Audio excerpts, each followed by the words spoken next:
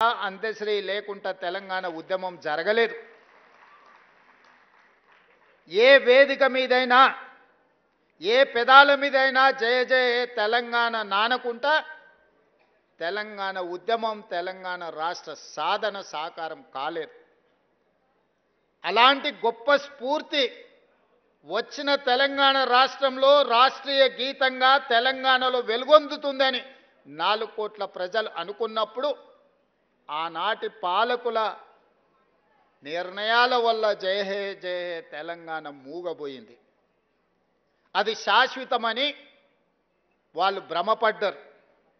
ఎందుకంటే ఈ గీతం తెలంగాణ గుండెల్లో ప్రతిధ్వనించినంత కాలం తెలంగాణ ఉద్యమం ఎవరు చేసిండ్రా అంటే ఓ గద్దరన్న చేసిండు, ఓ అంత్యశ్రీ చేసిండు, ఓ గోరె టెంకన్న చేసిండనే, ఓ జయరాజ్ చేసిండనే చర్చ వస్తుంది. కాబట్టి ఈ స్ఫూర్తి నింపిన కవుల యొక్క కవితా గానాలను ఈ తెలంగాణలో వినిపించకుండా చెయ్యాలని ఆనాటి పాలకులు కుట్ర చేసిండ్రు.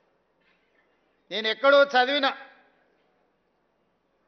పెన్నే కదా అని మన్ను కప్పితే గన్నులై మొలకెత్తుతాయని.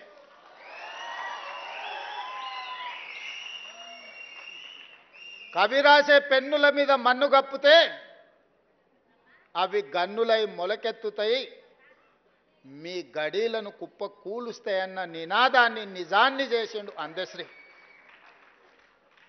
10 సంవత్సరాలు మూగబోయి ఉండొచ్చు మీ ఉద్దేశంలో, కానీ తెలంగాణ ప్రజల గుండెల్లో నిత్యం గానమై జయ జయ హే తెలంగాణ జనాలు పాడుకున్నారు. నేను చేసింది ఏమీ లేదు.